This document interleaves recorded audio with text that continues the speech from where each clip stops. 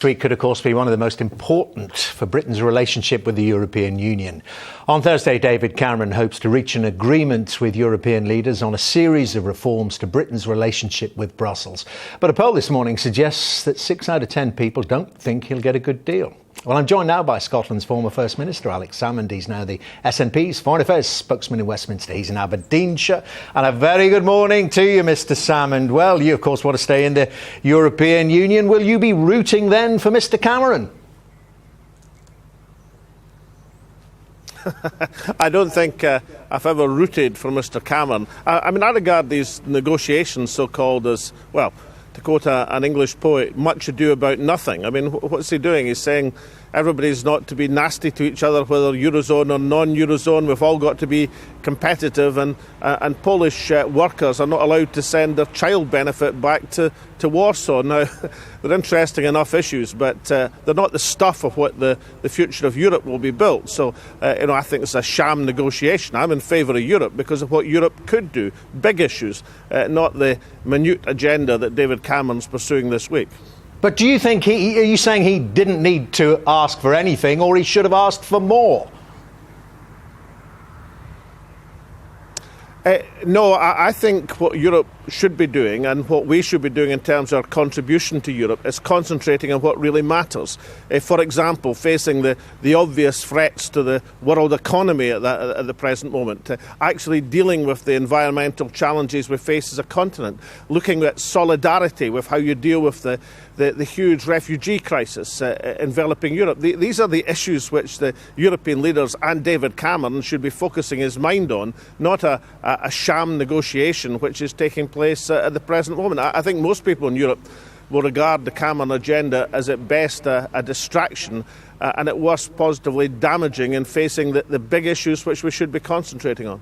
All right, and I want to ask you about the campaign, which is already underway, and the phrase Project Fear, which of course was coined during the course of the independence referendum in Scotland, and you were on the receiving end, you said, of that. Well, now it's said that the Remain campaigners are using that with things like 5,000 migrants will come over from Calais overnight if we leave the European Union, that airfares will go up. Do you think that's scaremongering?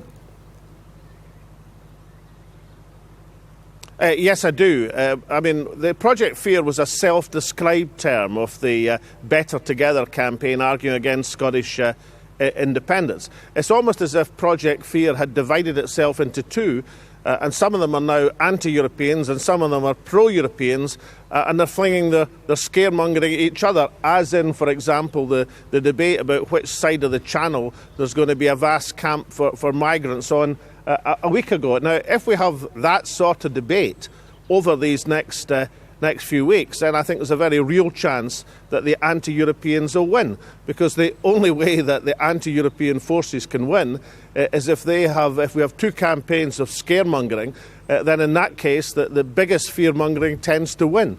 And therefore, that's the real danger is that the pro-European case, the real case about this country's position in Europe will not be made. It certainly won't be made by David Cameron, and therefore it falls on people who actually believe in it to make that case, because that's the sort of positive vision that gets people out their houses into polling stations. Now, of course, people might say, well, look, David Cameron won the Scottish referendum with his fear-mongering campaign. Well, that's true, except, of course, that the no side lost 17% of the vote during the campaign, and the yes side, which was a positive, uplifting campaign, gained 17% of the vote. And obviously, with the state of the polls on Europe, Cameron can't afford to lose 17% of the vote. OK, well, we read into that. You're going to be campaigning positively and actively. In terms of your willingness to debate, Mr Salmond, would you take on someone like Nigel Farage head-to-head? Yeah, of course I would, and I'll be delighted to take on Mr Farage or any comer in the anti-European side. I mean, I don't know if they've quite decided who they'll be fielding yet, and they seem to have spent a lot of time fighting with each other. That's the sort of folk they are. But yes, of course, you debate all comers in a referendum campaign. If I may say so, it's been Mr Cameron who's been tentative and sensitive about with debating with people in recent history. He wouldn't debate with me in the Scottish referendum campaign. Of course, he was very restrictive in how many debates he did in the general election campaign. Maybe that's a wise political strategy, but it doesn't do much for engendering debate and discussion. Tell you what, that Farage idea, well, if we can get Mr Farage's agreement, maybe we'll clear some airtime on this programme and have you both on. I'd look forward to that. Yeah, let's do that. Incidentally, it's starting to snow again, Dermot, so can I put this message across? If you're thinking of skiing for your half-term break, then come to Scotland. OK, no need to go to no need to go to one of our European partners. Let me ask you this as well. You know, another parallel with the independence referendum. After you lost it, you resigned. Do you think Mr Cameron should do the same thing if that happened to him? He won't have a choice. I actually saw your interview with Graham Brady of the 22 committee earlier on in your programme, and I noted Graham's comment. He didn't think that Mr Cameron would resign immediately. Yeah, that's true. It would take him a few weeks. He won't have a choice in the matter. If he loses the referendum, then he'll be shown the door, as indeed will the Chancellor, George Osborne. So it's untenable to try and maintain a position if you lose a referendum. And what is it they used to say in the Conservative Party a long time ago? You'd have to do the honourable thing. OK, let's just clear this up. Last question on Mr Cameron. But he said after that letter that was written from the leaders of from Wales, Northern Ireland and Scotland, saying that an independence an EU referendum shouldn't be held on June the 23rd. It's too soon. It will muddy the waters around the May elections. Mr Cameron then said you told him it was fine. 6 weeks was enough time. Well, that's not true. What I said was it was a necessary period according to the legislation, but it wasn't a sufficient period. And I wrote him a letter to say that, so it was somewhat disingenuous of the claim he made in the House of Commons. But then disingenuous is one of the nicer things I've said about Mr Cameron. I mean, the point is this, it's a 10-week campaign on the European referendum, and that means the campaign would start during the campaign for the Scottish, Welsh, Northern Irish and indeed London elections. It's fundamentally disrespectful.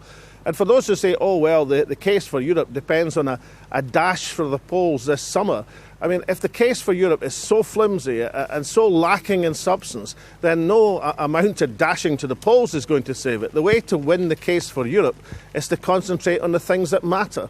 Recovery across the continent, fending off the economic crisis, solidarity in terms of refugees, and tackling the environmental issues that beset us all. Not about what Europe is right now, but what Europe could be if we put our backs into it instead of the negative, marginal attitude of Mr Cameron and indeed the Eurosceptics in the House of Commons. And let me ask you about those Scottish elections. I mean, are you reading it? You're much closer. Your ear's much closer to the ground there. Are you reading it as the Tories doing better than Labour and may finish second to the SNP? Well, according to the polls, and you have to put a large question mark over any opinion poll these days, the SNP are more than 30 points clear at the present moment, with over 50% of the vote. Now, the Tories have been trumpeting that they're going to catch Labour for second place, but the Murray poll this week actually showed Tory support falling and the leadership ratings of Ruth Davidson falling. So I think that's been a rather clumsy boast from the Conservative Party that they could get into second place, and it'll look like a big failure, or another big failure, if they don't succeed in doing that. But nobody takes anything for granted in the SNP, incidentally, damn it. You've got to work for every vote, you've got to work for every election. I mean, that's the recipe for electoral success. But, you know, my successor, Nicola Sturgeon, knows that. Yeah, OK, I'm sure she does. Mr Salmond, great talking to you. Whatever the weather, that location looks fantastic. Thank you very much indeed, Alex Salmond. No, this is great. This is great weather, damn it. Well, I'm enjoying it more than you, that's for sure, because I'm nice and warm. Now,